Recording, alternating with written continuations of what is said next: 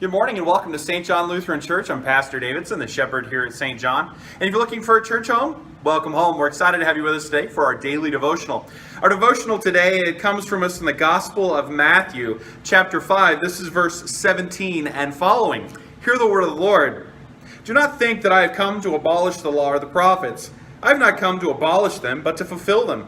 For truly I say to you, until heaven and earth pass away, not an iota, not a dot, will pass away from the law until it is all accomplished. Therefore, whoever relaxes one of the least of these commandments and teaches them to do the same will be called the least in the kingdom of heaven. But whoever does them and teaches them will be called great in the kingdom of heaven. For I tell you, unless your righteousness exceeds that of the scribes and the Pharisees, you will never enter the kingdom of heaven.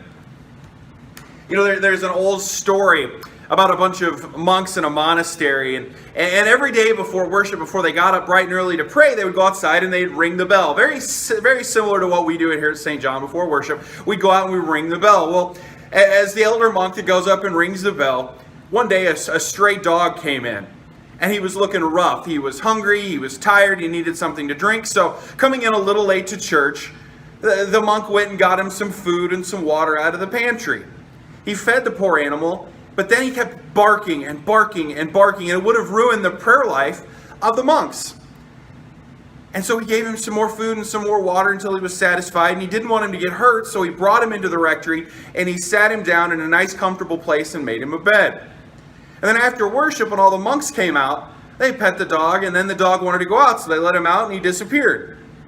Next day, same thing happens. The head monk goes out and he rings the bell, and all of a sudden the dog comes up hungry and thirsty, and he felt bad for him, so he came in late to worship, and sure enough, made him a bed. This went on for months and months and years until eventually the dog died. And the monks missed the dog. It was part of their regular worship life. And so then they went down to the city and they found themselves another dog in the shelter, and trained the dog to do the same thing. Now this went on for months and months and years until that dog passed away. And so what do the monks do? They got used to this as part of their worship life. So they went and they got another dog. And 7 dogs later, generation after generation after generation, the higher authorities in the church had heard what was going on in this monastery, because it was something incredibly different than what they'd ever seen.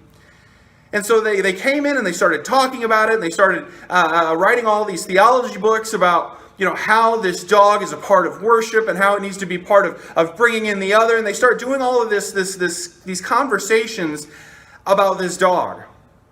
And they publish books on it and articles on it, and all this talk is happening.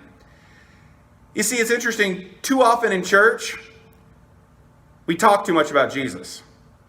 We're like those church officials. We hear about things that are being done, but we're not doing them ourselves. See, the scribes and the Pharisees at the time when Jesus is talking, they're doing a lot of talking and writing, but not a lot of doing. And so when Jesus is teaching the disciples, he's teaching us. He's telling us to go out from the church and to help those in need, those who are hungry, those who are thirsty.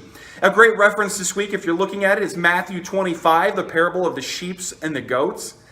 And we want to continue to help those in need, those who are hungry, those who are thirsty, those who are in need, most importantly, of the gospel, through our words and mainly through our actions. Today, my prayer for you is that you would not overthink things, that you would not overthink what's in the scriptures, and just remember that Jesus came to fulfill what God wanted by actually doing things instead of just talking about them.